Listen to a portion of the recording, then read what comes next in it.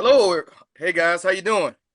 Great. How are you? Nice to meet you, Sam. Hi, Nice, nice to meet you. nice meeting you as well. Now, guys, I don't know if you know a thing or two about my podcast, but we love to start off every podcast with what we like to call an over-the-top introduction because we are super grateful to have people like you stop by, chop it up with us. So, is that okay with you guys if I do my thing, butter your bread, talk good about you? Can I do that for you?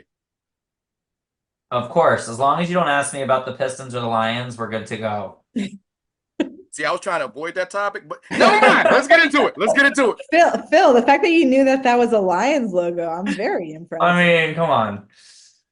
But let's get into it. My next guest is an Emmy award-winning producer, director, and creative executive at Spring Hill Company, where she develops, produces unscripted series and feature documentaries for a variety of networks. Next to her, also, is an Emmy award-winning producer. He is also the head of unscripted docs for Spring Hill Entertainment, where he oversees development and production for a slate of projects, including what we're here to talk about today.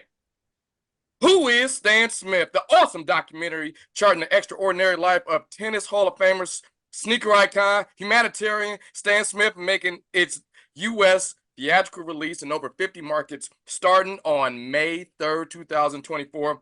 Camille Maratchi, Philip Bryan, welcome to the podcast. Thank We're you. happy to What be an here. intro.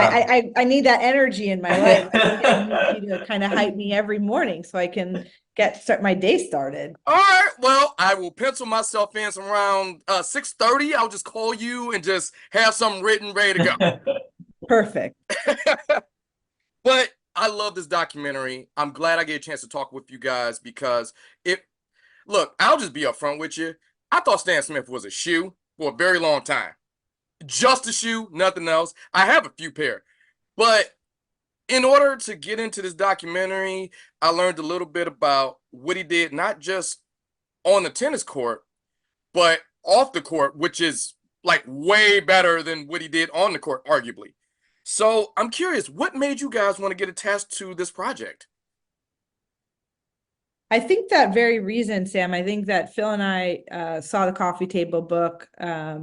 Some people think I'm a shoe, and I think that we were inspired based on who we are as a company and Uninterrupted. We want to tell stories about people that are more than just athletes and empower them to tell their stories. So I was fortunate enough to be able to get connected to Stan, took my phone call. I told him that I wanted to tell his story and for us to be able to partner together with Uninterrupted, and he obliged. Phil and I were super excited to hear that, and we partnered with we brought Danny Lee on to be our filmmaker, and collectively we're able to put together this incredible film to highlight and showcase that he's not just a shoe.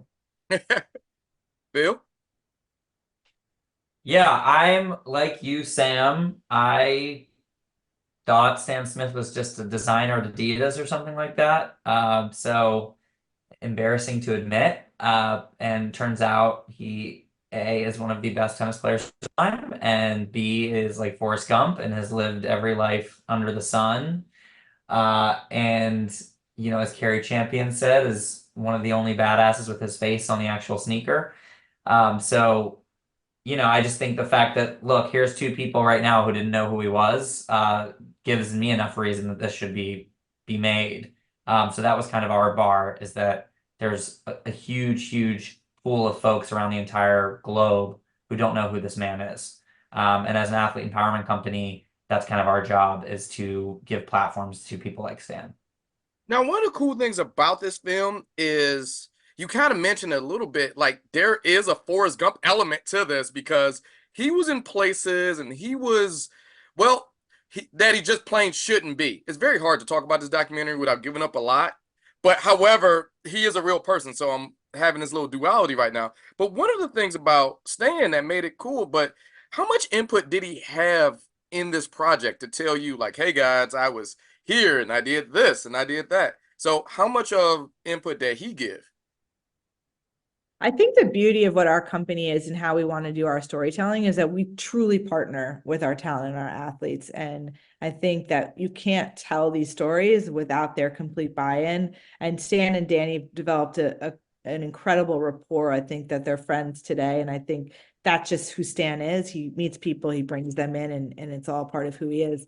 So Stan had quite a lot of input in terms of telling us all the things that he's done in his life and the different moments that were important to him, outside of what we just found in research.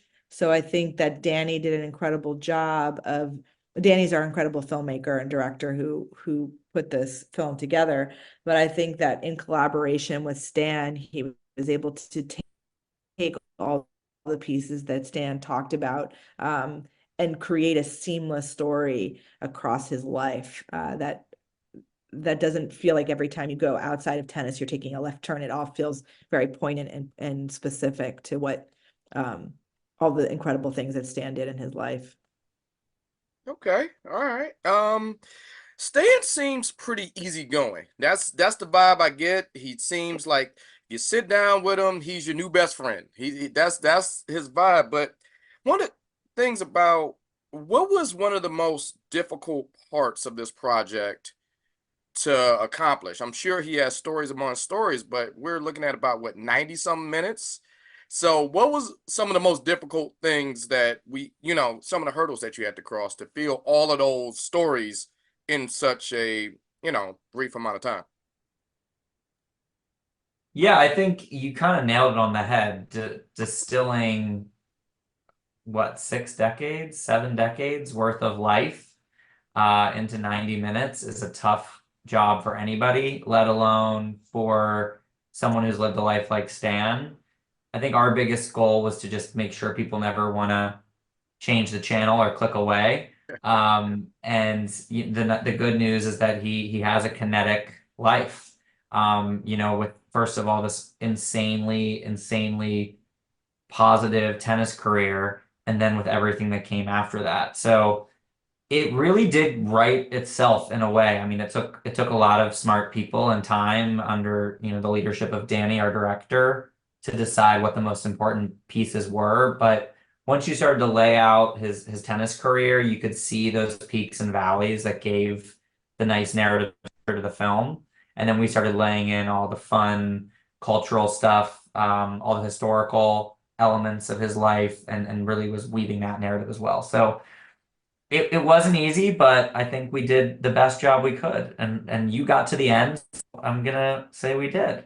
Well, yeah, this was, again, it was a very easy watch just to sit down and like look at some of the adventures, or technically misadventures, that Stan Smith was having throughout his life.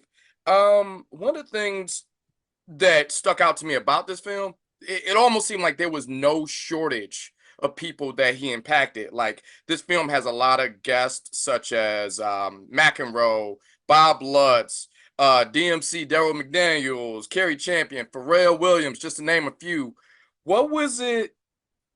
Was it anything about them that they were not willing to share, or was like, how, I guess I should say, how easy was it to get them to talk about their experiences or the impact that they had?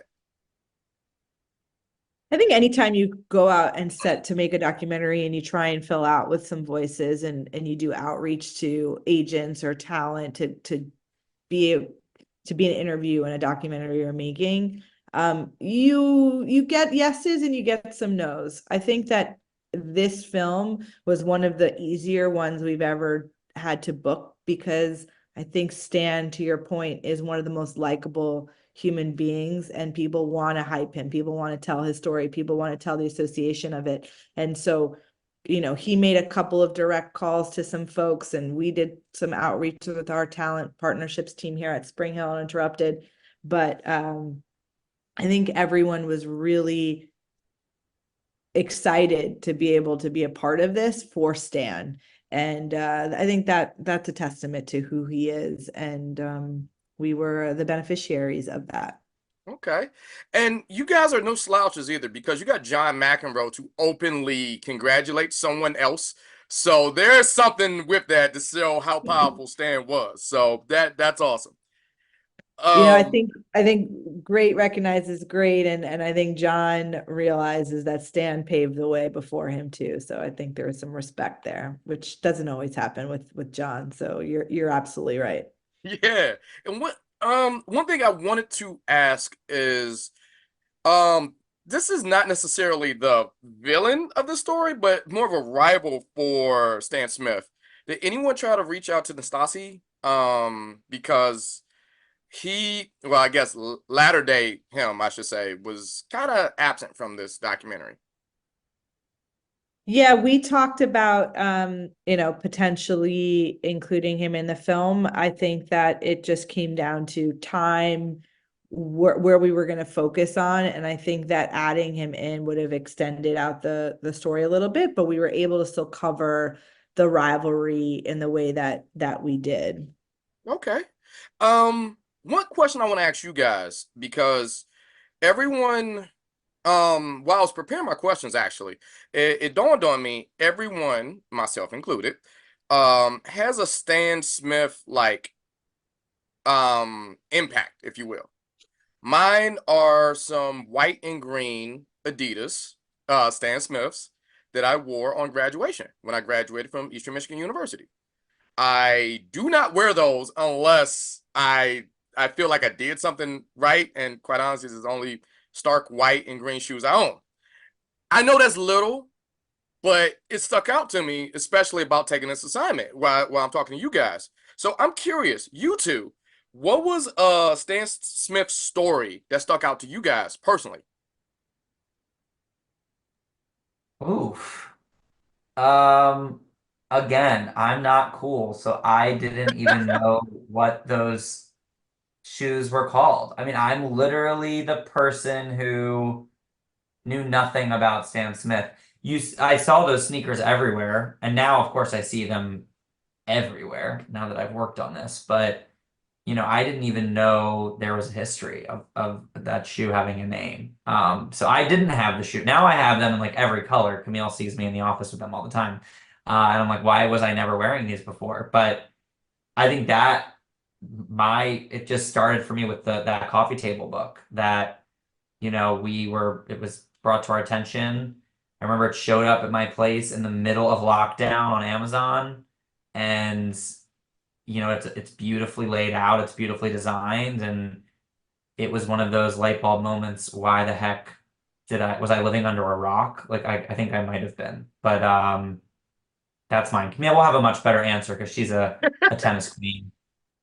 No, it's interesting because my answer would have been different a few months ago probably, but I have an infant son who was born last June. He's 10 months old, and Stan sent him a pair of baby Stans. Yes. And I think that for me, it was like, wow, this really is generational in so many ways. And my son is going to be a part of it long after any of us are here. And I think that's kind of what is so cool about this brand, is that it's been from the 70s to today. It's hit, and as the film kind of focuses on, it's hit so many different types of peoples. Like Daryl talks a lot about, rap culture and just music culture and how it kind of played in there. And then obviously you have the tennis folks and the sort of um just athletes who are wearing it. And then when you see him gracing the feats of Barack Obama and Mm-hmm. Madonna, it's just so transcendent. But the fact that my son now also has a pair is pretty cool. I know we're getting towards the end of it, but I do want to I think like two more questions left. Is is this something with you guys? Like, one of the things I noticed that was just awesome about this documentary is towards the end, worlds start colliding a little bit, where the tennis part, the fashion part, being name checked in a song by Jay-Z, but all of that start coming together with Stan Smith. I want to ask you guys behind the camera, did those worlds come up, to you guys? Because Camille, I just found out that you were a bit of a tennis athlete, and or Phil, you just found out about the shoes, but you're talking to the guy whose face is on the shoes. So did you guys have that worlds collide moment with him? If so, what was it?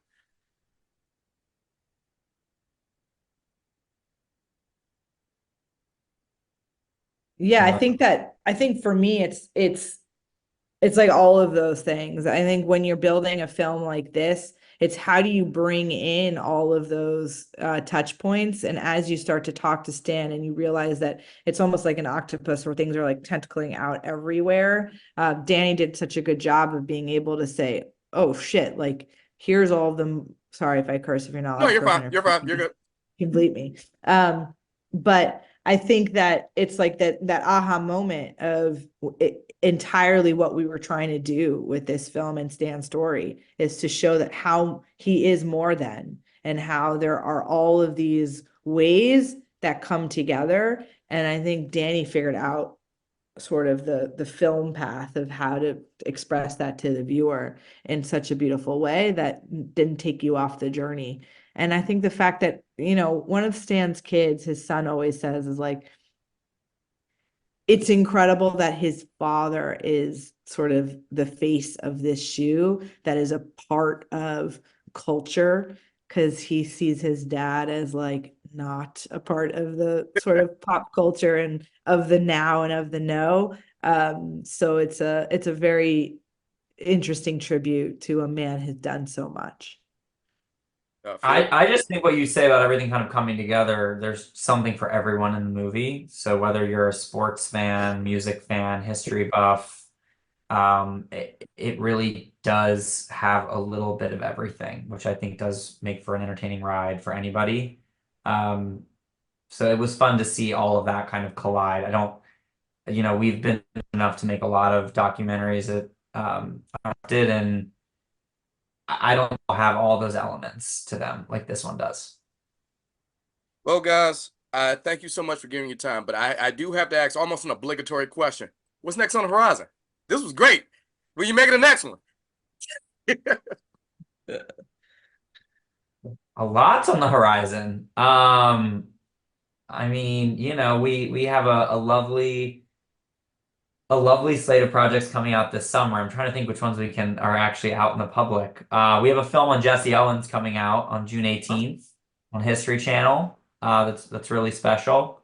And you know, we dropped season 4 of our Top Class series earlier this year on Freevee, which is part of Amazon. And you know, we have a couple. That covers that LeBron James' son's high school time. So if you haven't checked that out, it's 4 seasons across his high school career, which is very cool. Okay. And I'm sorry, it's June 19th for Jesse Owens on History Channel.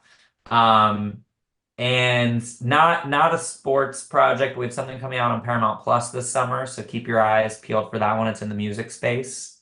But it just premiered at South by Southwest. It's called How Music Got Free. So we'll be dropping some details about that pretty soon. Well, guys, thank you so much for just giving me a little bit of your time. This documentary is great. When it opens up wide, I'm going back to the theaters. I'm going to check it out. I'm probably going to put on those Stan Smiths, and we're going to get out there. We'll rep the show right, man. This was great. Great to meet you, Sam. Thanks, Sam. All right, thank you, guys. Have a great one.